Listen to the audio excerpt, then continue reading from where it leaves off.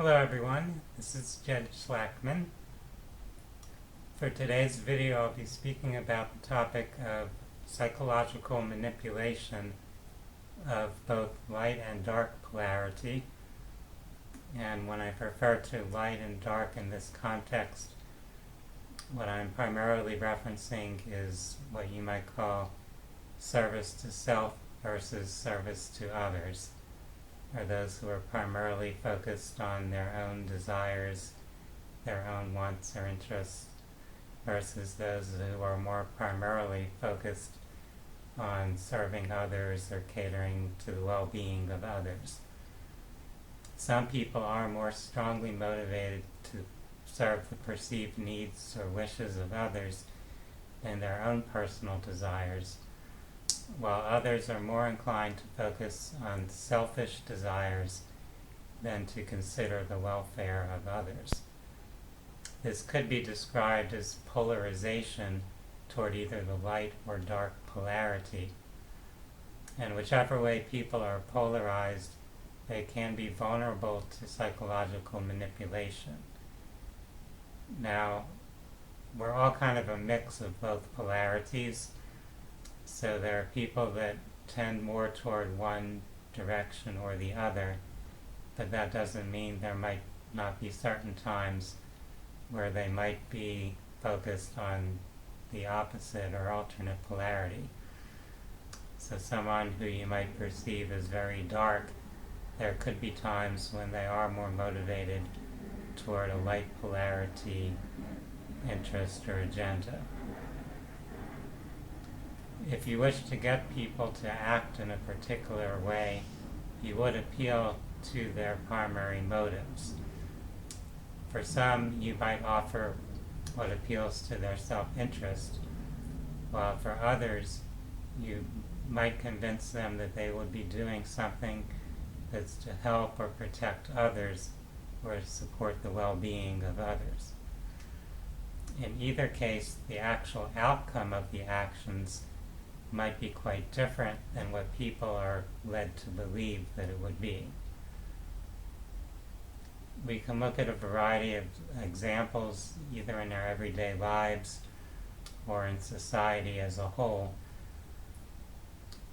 One good example to begin with is the subject of war and how people are led or guided to in some way support or participate in war, whether it's directly as a soldier or indirectly as someone in the population who is vocalizing their support for whatever is happening in the context of that conflict. There are some people who are very much driven by the desire to be of service, even to sacrifice their lives for a greater cause or for a group. So you'll have some people who believe that their country is under attack, that their families are in danger, and that by volunteering to serve in the military, they are helping others, they're protecting their country, their family, etc. So their specific motivation could be looked at as a light polarity motivation. They're sacrificing themselves for the perceived needs or well-being of others. In a war, there can also be people who are drawn into it who have rather dark polarity-oriented motivations. There are people who are kind of inclined or attracted toward being in fights and battles, people who actually want to kill or pillage or plunder or rape or do those antisocial type behaviors, which normally society would not give them much opportunity to do. But in the context of a war, it becomes something that's more normalized, and they're being provided a context or a culture where that might be allowed more readily. In war, you'll often see so-called war crimes coming from both sides in the conflict. Once people are in that environment where there's a lot of violence a lot of adrenaline running and so forth, they might act in ways that they otherwise might not have acted. So people can even get drawn into that dark polarity type culture when it might not have been something that previously predominated in their life.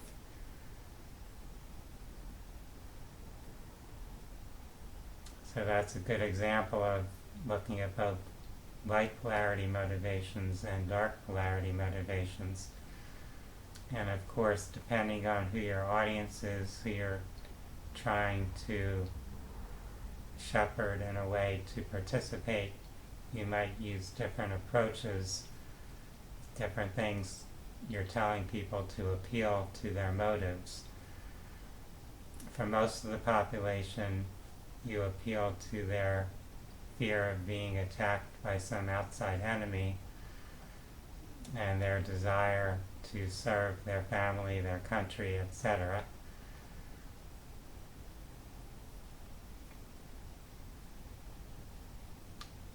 I'll bring up another example of the way psychological manipulation, or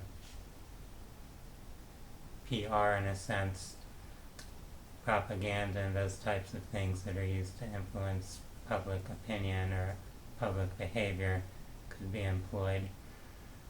Let's use the example of a disease epidemic where there's an effort to get people to wear face masks, and the public are told that this is to protect the vulnerable. So people who are very much pulled or attracted toward being in the light polarity, who feel they want to do something to help others, might very naturally embrace and gravitate toward that action or behavior of wearing the masks because they're feeling good about doing something that in their mind is going to protect other people, to keep other people from catching illness, and so on. Now, this is independent of any scientific truth or reality of whether that particular activity of wearing masks works or not. We're just talking about the psychological aspect of what motivates people to engage in a behavior or not.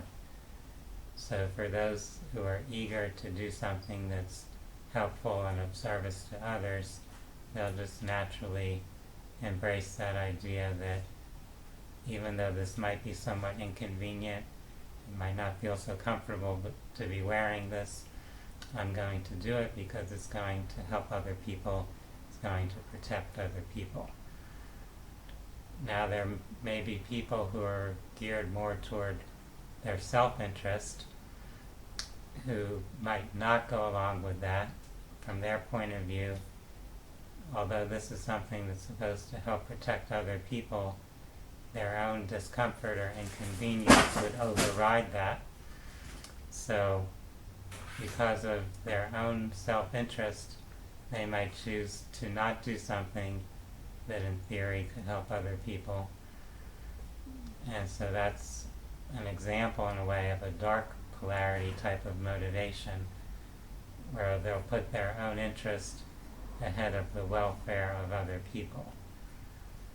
Now, of course, in that particular situation or context, whether or not that particular action actually serves that purpose that people are being told it does brings another angle to the whole discussion, which I'm not addressing in this video. But we can see how the psychological part of how people are motivated toward their self-interest or the interest of others can be significant. So in that scenario, in order to lead the people who are kind of more self-interested to engage in that particular behavior of mask wearing, you would need to find a message to send toward them that would actually make them think it's somehow beneficial for themselves. So there's some reward or gain they'll get from doing that. So there might be some kind of social reward or even some type of material reward given to them for wearing masks that could help override their initial rejection of it due to feeling that it's uncomfortable or it's infringing on their freedom or something of that nature. So with any particular activity that you want to promote, you really want to be aware of what motivations, what interests are present in the people that you're communicating with or interacting with, so that you would tailor your approach toward those particular individuals or groups and what's actually going to motivate them.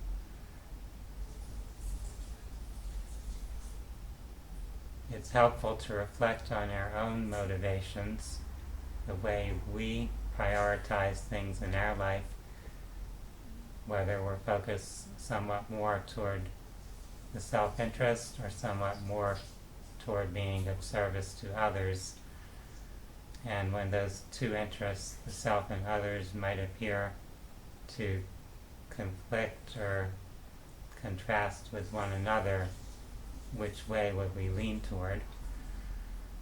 And then once we have more of that self-awareness, we can also consider what's happening externally that's helping influence or guide our behaviors, the way we live our life, the way we respond to the world around us, to different topics, to different issues that are present in society. So this is something that is worth exploring for yourself.